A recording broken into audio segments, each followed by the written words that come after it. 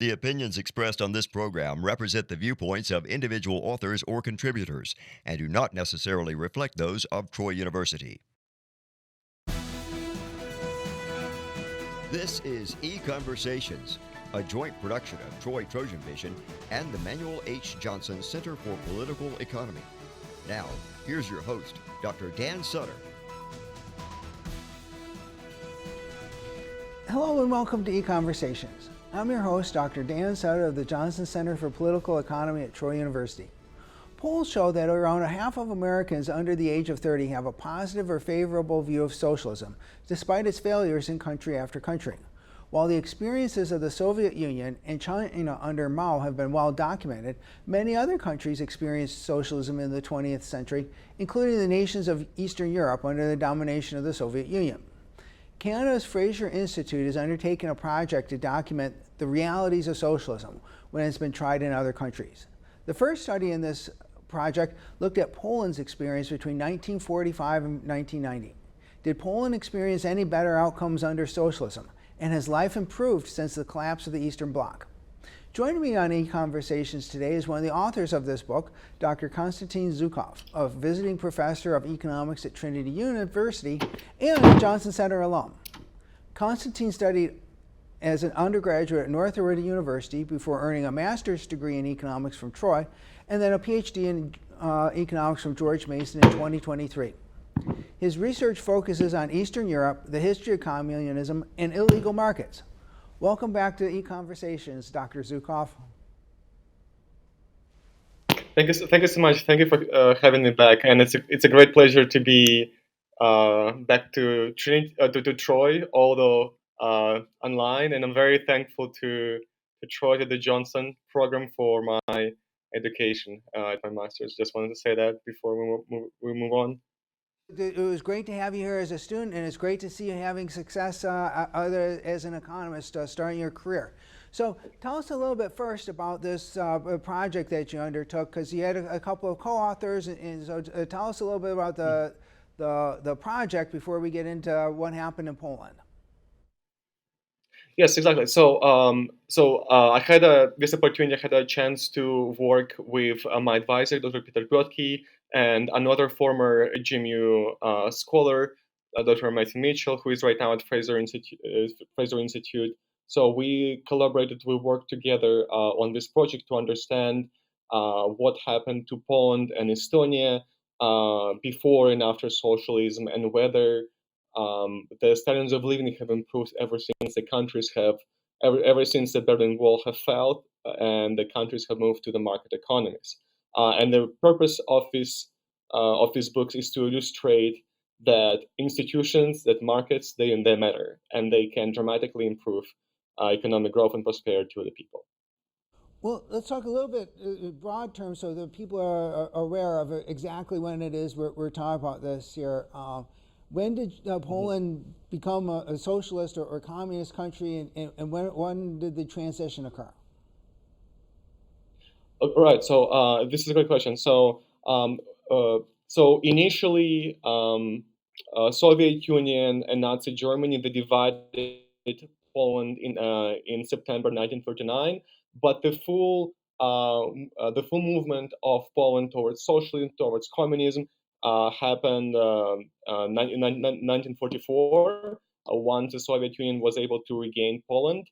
And within the 3 years, the Communist Party, the Polish Communist Party, was able to establish its power in the country. It was able to essentially gain.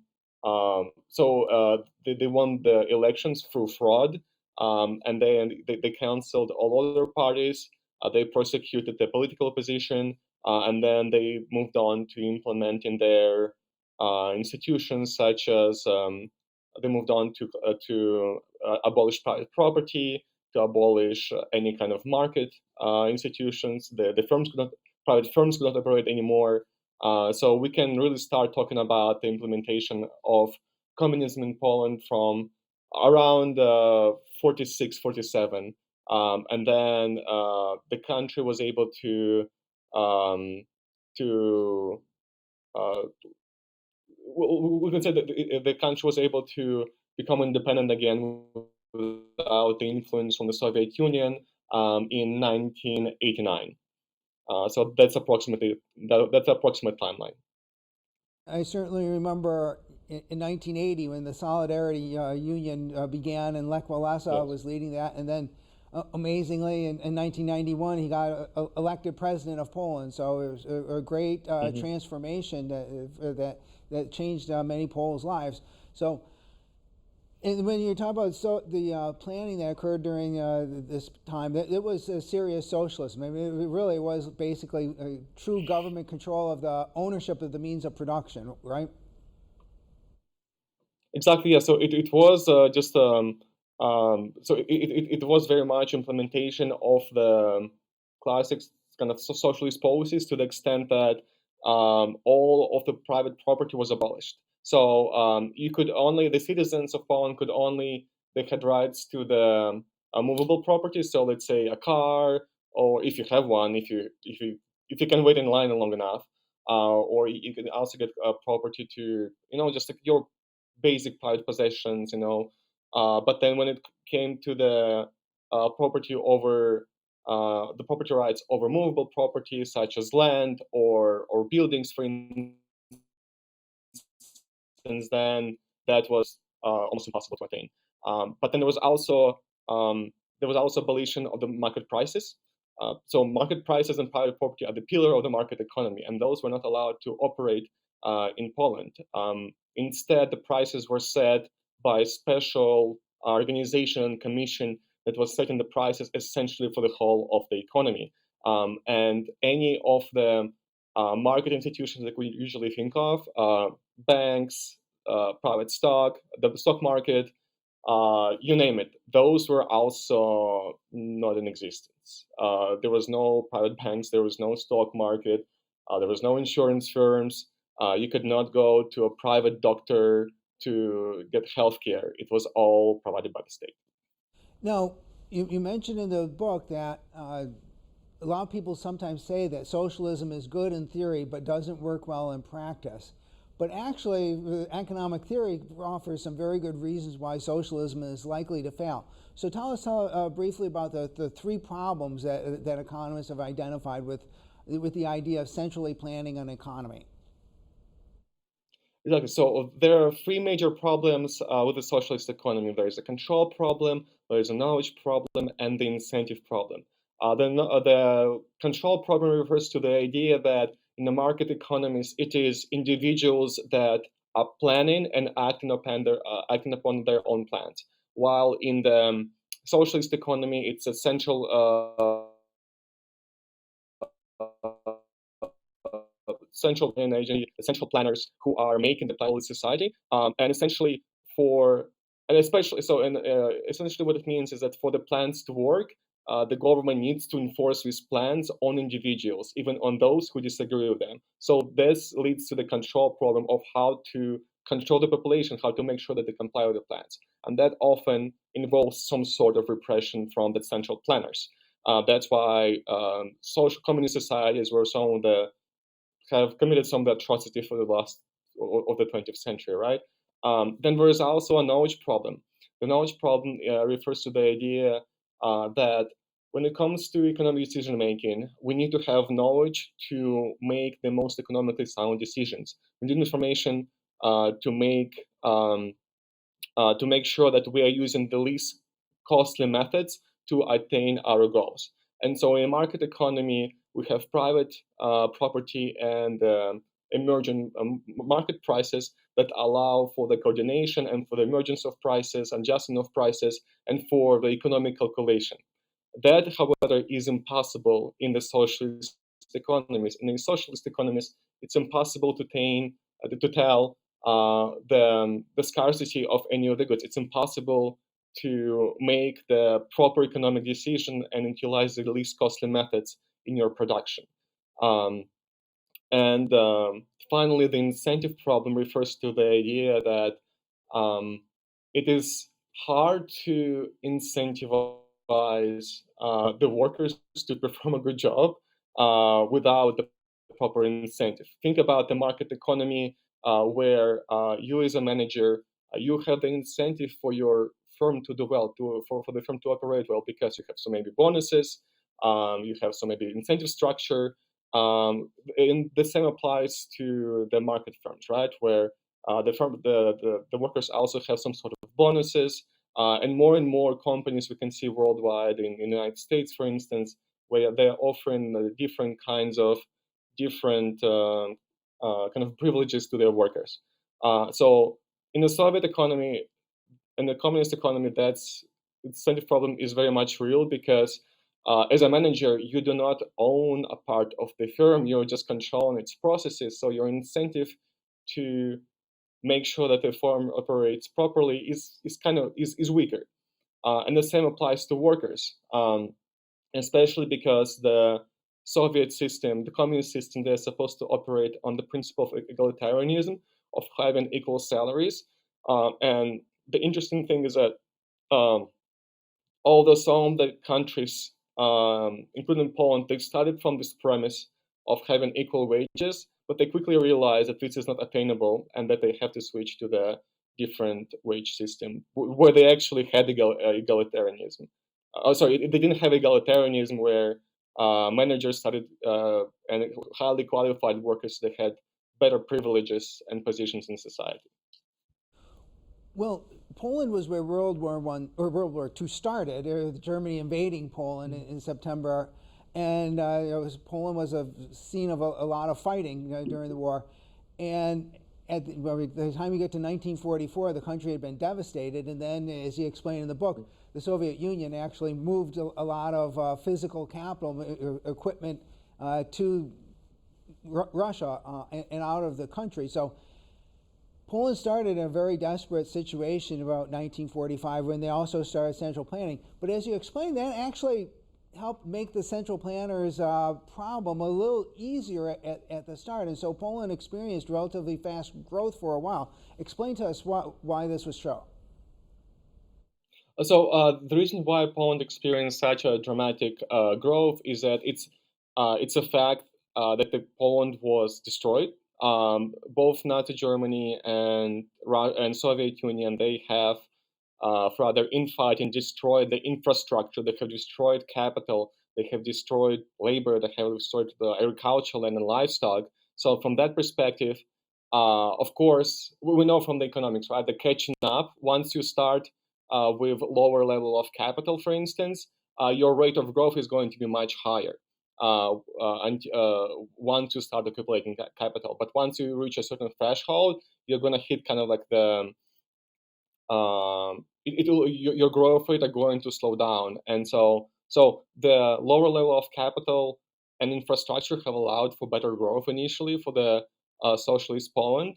But then once Poland was more or less restored, then the kind of the usual dynamics of the socialist economy kicked in, to the extent that there was just the shortages of many goods. The production was very inefficient, was very ineffective.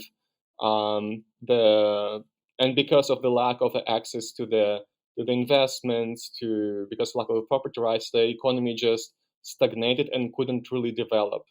I think we talk about in our book how from 1970 to about until the collapse of the communist Poland, the growth rate on average from 1970 to 1990 was about 1.8%, something like that. So by any means, it was not a high growth rate for the country. We've got we can show a couple of the numbers that you guys show in there, and I mean, one thing was, and I guess this was due to some of the details of the planning process, but Poland produced a lot of steel, and they used a lot of steel in producing the goods and services, a lot more than other countries, and so that actually represents it. And one of them might think, oh, that's a productive economy producing all this steel. But they were actually producing way more steel than other countries used to produce output, right? And so that's a sign of inefficiency. Exactly, yes. So, and one of the reasons why Poland was trying to produce so much steel is because of the general dynamics of the socialist economy, where they try to industrialize, kind of like move the country towards the so according to socialist theoreticians, the only way to move country towards the communist throughout history is by industrializing, and that's what Poland focused in on producing or developing its industrial capacity and overemphasizing industrial production such as steel or coal, for instance. But as a result of it, the negative side of it was that the consumer sector was underdeveloped. People did not have enough of the goods for their households. And that led actually to many of the social unrest in the country. And their industrialization was not very environmentally friendly, so we didn't have very green socialism in Poland. But then, as you've already mentioned, but you have a couple of statistics here on this.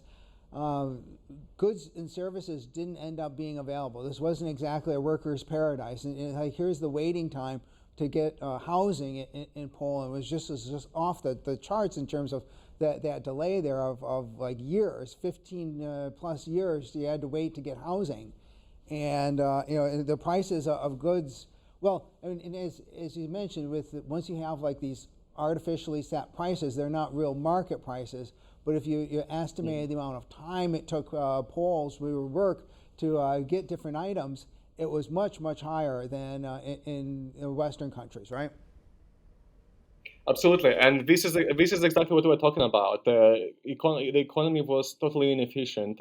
As you can see on this graph, it took way more time for in Poland to produce coffee, color TV, or any other item compared to West Germany. So that just illustrates how inefficient the economy was, because there was no incentive to structure the efficient production, and there was no way to rely on the market knowledge to for the production. So, and as you mentioned too, it wasn't only it wasn't only the wait for the houses, for the apartments, 15 to 30 years for which the Poles had to wait. It really applied to many of the basic goods, right? To the cars, for instance, too. So the Polish people were really much more disadvantaged compared to many other states. Well, then the Soviet Union started to pull back, and Poland underwent this transition and implement more market-oriented policies. But I guess first we have to document that they actually made a transition. And the people at the Fraser Institute also put out the Economic Freedom of the World Index. And so you use that to measure whether or not Poland actually engaged in a transition. So tell us very briefly what's involved with the economic freedom of the world. Yeah, so when it comes to the economic freedom of the world, it involves several rankings, such as the size of the government, protection of the property rights and the legal system. It also involves the sound money. So what is the monetary policy of the state, whether it's sustainable. It also, so could you also move the slide back? So I think it would be easier for me to talk about this. Oh, yeah, I guess I was just, I cannot hear you. Oh, I haven't. So we have the economic freedom of the world, and then you can actually measure it, because they've been able to go back to measure economic freedom in Poland back before the transition, and then we can see what happened after that. And the numbers show here, and I guess I should mention for everybody, the index goes from 0 to 10, where 0 is no economic freedom, and 10 is a lot of economic freedom. And Poland experienced a very significant increase in economic freedom in those years there after the collapse of the socialism. Exactly, and so one of the things I wanted to mention about Poland, the case of Poland is really remarkable because of where Poland started from. So Poland started off comparatively to other countries under the sphere of the the Soviet influence. Poland actually started off from the lower economic freedom ranking, but it also started off from lower GDP per capita. If we look at there was a graph in our book on the GDP per capita in 1985 of the socialist states compared to that of the United States. And so Poland had the lowest GDP per capita compared to other countries such as Czechoslovakia, Yugoslavia, Bulgaria. Mm-hmm. But Poland also had the highest inflation moving into the transition. I think in 89 or 90, it was to 150%. So it was on the brink of the hyperinflation. Right. And Poland also started with the largest debt of all the countries from what were in transition process. So I think it is even more remarkable that they started off from the worst position compared to everyone else, and how remarkable their success has been. Of course, the transition has not been perfect, but they did really well. Well, another thing that plagued the Eastern European countries, I mean, the Soviet Union had this whole planned system of international trade between these countries, but it was all planned. It was sort of all based on orders, not any economic principles of like one country's producing something of value to other countries based on their comparative advantage or any of the ways in which you would normally expect to see international trade in a free market develop. So they had a lot of baggage. They had a lot of bad things they had to try to overcome here. But, you know, and as you said, it's like some of these other countries started at a higher level of economic freedom, but Poland made, I think, the largest increase in economic freedom. So they certainly did some good things in terms of the transition. And, you know, one way we could certainly measure it is looking at state-owned enterprises and employment in the state-owned enterprises, because 1989 or so, when you were starting this process, as you mentioned, the government owned all of the means of production. That meant basically everybody was working for the state. And you know, this is one measure that you can show that Poland actually did quite very well in terms of privatizing these ventures, right? Yeah, so moving into the transition, I think about 1989 or 1990, 80% of the labor was working in the state companies and the state firms. The rest were working primarily in agricultural sector, because the communists did not really try to collectivize. They tried to collectivize the Poles, but it didn't work because of how strong the Polish agricultural resistance was.